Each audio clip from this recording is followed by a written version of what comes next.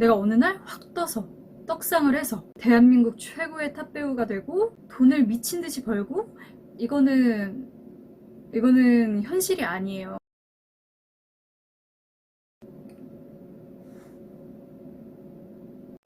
내셔널 지오그래픽 협찬 감사합니다. 안녕하세요, 태화입니다. 오늘은 이쪽에서 영상을 찍어보니까 조금 더 잘 나오는 것 같아서 구도를 바꿔봤어요. 저번 영상에서는 이제 배우 활동을 해왔던 제 이야기를 말씀을 드렸었고, 오늘은 조금 더 많은 분들이 질문을 해주셨던 거, 그리고 배우 지망생 분들이 좀 궁금해하실 만한 것들, 뭐 이런 것들을 좀 정리를 해왔어요. 제가 저번 영상에서는 너무 피곤해 보였죠.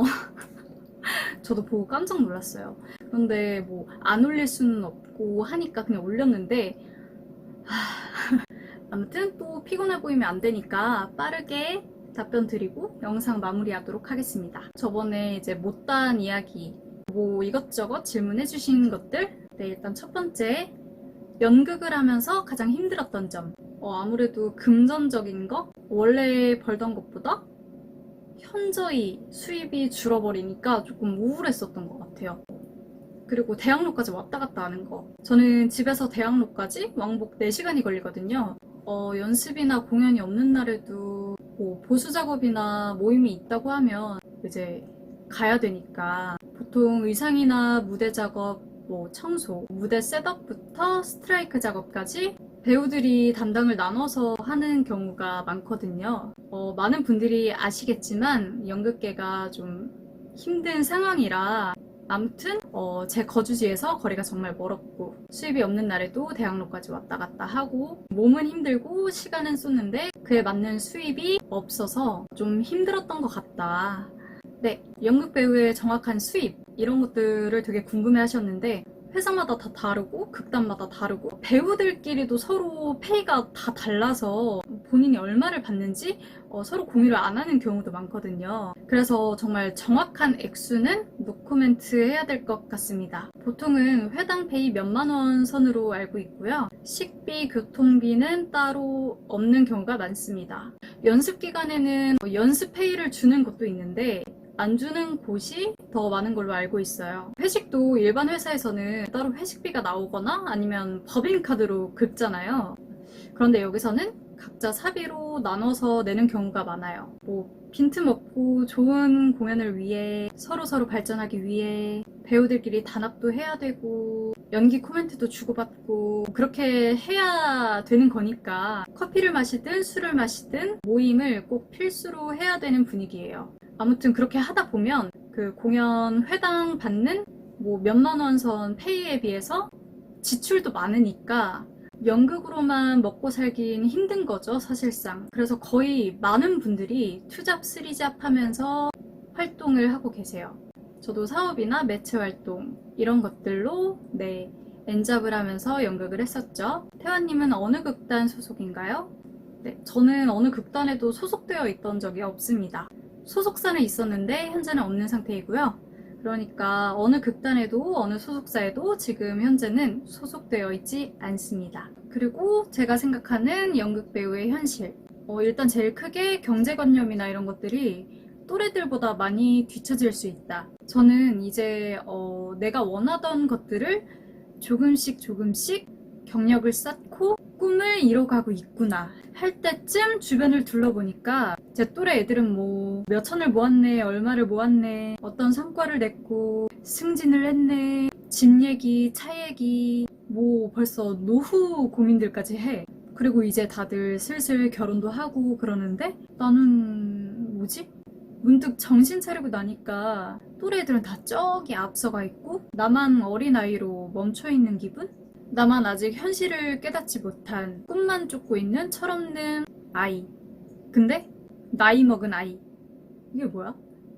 그냥 나이 먹고 정신 못 차리네. 막 이런 느낌이 드는 거예요. 그 또래 친구들과는 이제 그 대화의 수준이 안 맞는 거야. 저도 언제 한번 그거를 크게 느끼고 남들 뒤라도 쫓아가려고 정말 많이 고민하고 노력을 했었던 것 같아요. 매일매일이 불안하고 힘들었고 사실 지금도 걱정이 많이 되는 것 같아요. 아무튼 사람들이 그 평범하게 보편적으로 밟아가는 단계를 쫓아가지 못할 수도 있다. 내가 어느 날 확 떠서 떡상을 해서 대한민국 최고의 탑배우가 되고 돈을 미친 듯이 벌고 이거는 현실이 아니에요. 막 다들 이런 생각 하잖아요. 뭐 한 끼 사 먹을 돈도 없어서 쫄쫄 굶고 1,000원도 안 되는 컵라면 하나로 버티고, 그렇지만 언젠가 나는 잘 될 거야, 성공할 거야. 그런데 현실은 정신 바짝 차리지 않으면 나이 들어서도 똑같이 살 수도 있다. 그러면서 나는 언젠간 잘 될 거야, 어떻게든 잘 될 거야, 이런 근거 없는 희망만 갖고 정작 스스로는 아무 발전도 없이 바쁘게 돌아가는 세상과 알게 모르게 단절이 될 수 있다. 그러니까 도태될 수 있다. 그러니까 진짜 정신을 바짝 차리고 살아야겠다, 이런 생각이 들더라고요.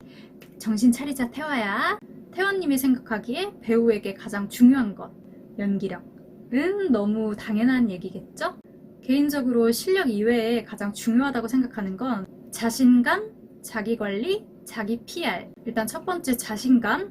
제가 원래 진짜 자존감 바닥, 자신감 바닥이었거든요. 근데 그러면 될 것도 안 되더라고요. 지금은 자신감이 조금 있는 편인데, 저는 뭐가 있어서, 진짜 잘나서 자신감이 생긴 게 아니라, 그래 뭐 나는 뭐가 없지만 그래도 자신감 갖고 힘내자, 화이팅 하자, 그때서야 조금씩 뭐가 풀리더라고요.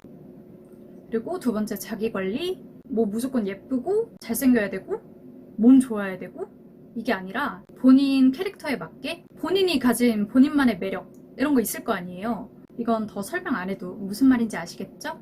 세 번째 자기 PR. 정말 막 누가 봐도 인정할 만한 인재야. 그런데 가만히만 있으면 누가 그걸 알아줄까요? 사업으로 따지면 모두가 아는 유명 브랜드들도 끊임없이 큰돈 들여가면서 마케팅하고 그러잖아요. 그럼 뭐 대기업들도 계속해서 고민하고 마케팅하고 이런 이유가 뭐겠어요. 특히나 우리는 더 작은 개개인이니까 내 스스로를 여기저기 알리고 어필해야죠. 계속. 누가 뭐 쟤는 뜨려고 발악을 한다, 관종이다, 뭐다 욕을 해도 어떻게든 이런저런 시도를 해봐야 되는 것 같아요. 가만히만 있으면 뭐 될 사람은 되겠지만, 솔직히 말해서 저도 뭐 할 수만 있으면 신비주의 이런 거 하고 싶거든요.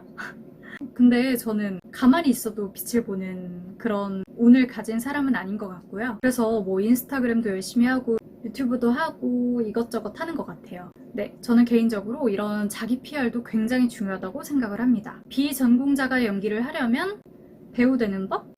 약간 이게 맥락이 비슷해서 이거는 한 번에 답변을 드리도록 할게요.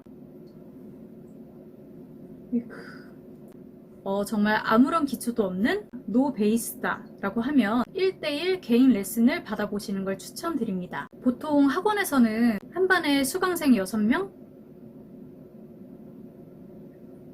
한 반에 수강생 6명에서 8명 이렇게 진행을 하거든요. 그렇게 다수의 인원으로 진행되는 그룹 레슨도 그만한 장점이 분명히 있지만, 처음에는 소수정예나 1대1 개인 레슨을 받아보는 게 더 괜찮은 것 같아요. 개인적으로는.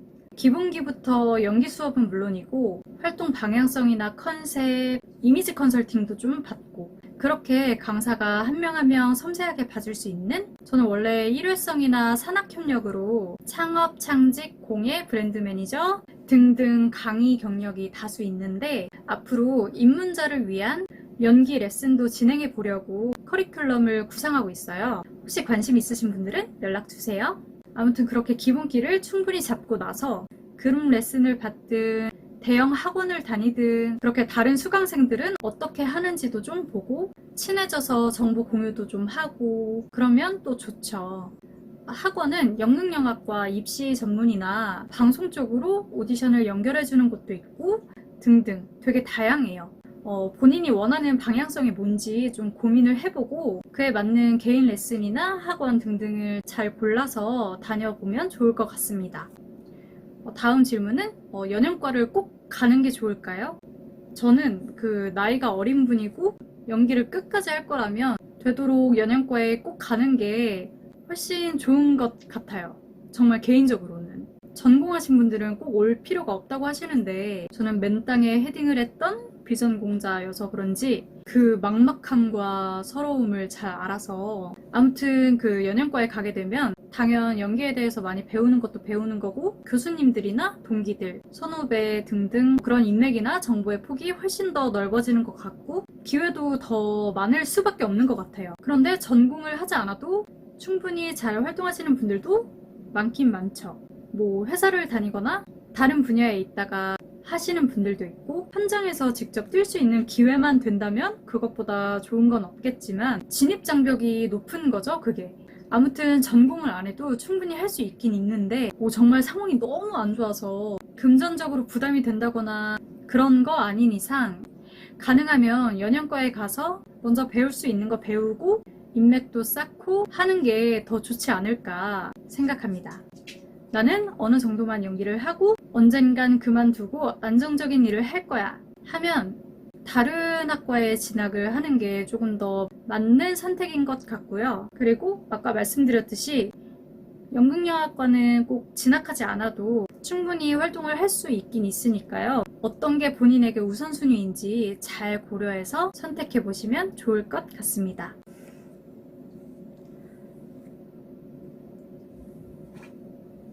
그리고 배우 지망생분들에게, 후배 배우님들에게 해주고 싶은 조언.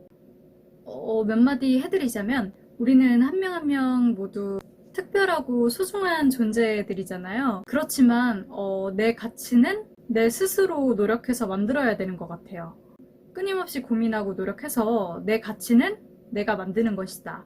내 몸값은 내가 올리는 것이다. 진짜 뭐 외모도 출중하고 실력 좋고 이런 사람은 세상에 되게 많잖아요. 그런데 그 중에서 남들이 나를 알아줘야 되는 이유, 인정해야 되는 이유, 그런 걸 내가 만들어 가야 되는 것 같아요. 뭐 친한 감독님들이나 작가님들이 항상 하시는 말씀이 배우는 인성도 정말 중요하다. 저는 그렇게 늘 배워왔고요. 정말 맞는 말이라고 생각을 합니다. 그리고 겸손함, 이런 것들이 기본적으로 갖춰져 있어야 되는 것 같아요. 우리가 다들 아는 유명인들? 그분들 보면 전부 겸손함의 인성까지 다 갖추셨잖아요. 그분들을 보면서 배워야 되는 것 같아요. 그리고 그게 바탕이 되었을 때 자기 자신을 믿고 사랑하기. 힘들어도 포기하지 않고 끝까지 열심히 해라. 이런 얘기는 조금 진부할 수 있으니까 다른 얘기들을 해주고 싶었어요. 혹시 조금 더 뭐 부족한 내용이나 다른 궁금한 점들이 있으면 제가 할 수 있는 선에서 답변해 드릴 테니까요. 언제든 댓글이나 인스타 DM 주세요. 오늘 영상도 봐주셔서 정말 감사드리고요. 정말 부끄럽지만 혹시 재밌게 보셨다면 구독, 좋아요 해주세요.